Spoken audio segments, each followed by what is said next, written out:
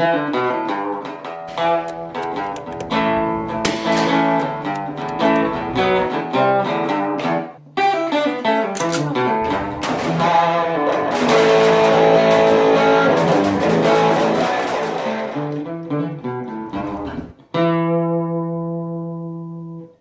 pistols are often known for their polymer frames and what's referred to as a safe action trigger.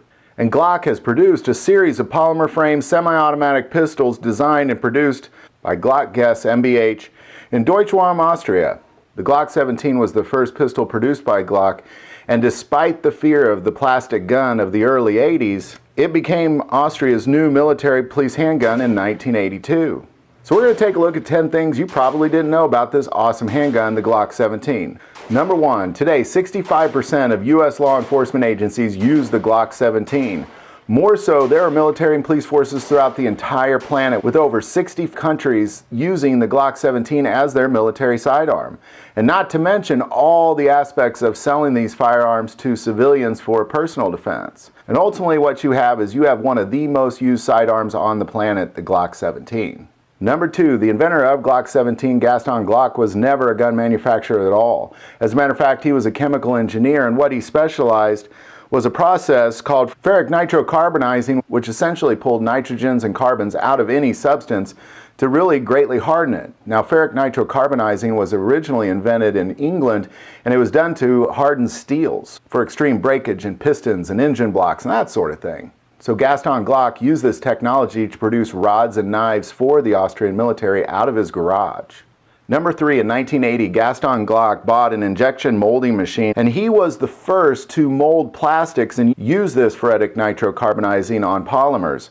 And that's how he sustained such a tough, hard polymer, was through this process, and he was the first one to do that. Some of his earliest employees were actually camera manufacturers that used this plastic molding process to design camera parts. In 1980, Austria announced that it would be seeking tenders to replace the Walther P38 as their military and police sidearm. However, Austria was using a ridiculous testing process. This testing process that they were using really challenged some of the major gun manufacturers of its time. But Gaston Glock believed he was up for the challenge with his polymer products. Besides a long list these guns must have, to include it had to be a 9mm, a 9+ capacity, and had to be no more than 58 parts in the components. But the testing process also included no more than 20 malfunctions in 10,000 rounds. More so, at 15,000 rounds, they would inject a highly pressurized 9mm parabellum upwards of 73,000 psi, double the maximum pressure limit for a 9mm. And after that, it still had to be a perfectly usable pistol. So Glock put his team of chemists and camera makers together, and they created the Glock 17. And of course, as you know, when all was said and done, it was the Glock 17 that came out on top. Number 5, a lot of people think that Glock 17 is called the Glock 17 because it was the 17th design. That is not accurate. It is the 17th patent that Glock held. Earlier patents were things like rods and knives and camera parts. But the Glock 17 was the very first gun that Glock produced.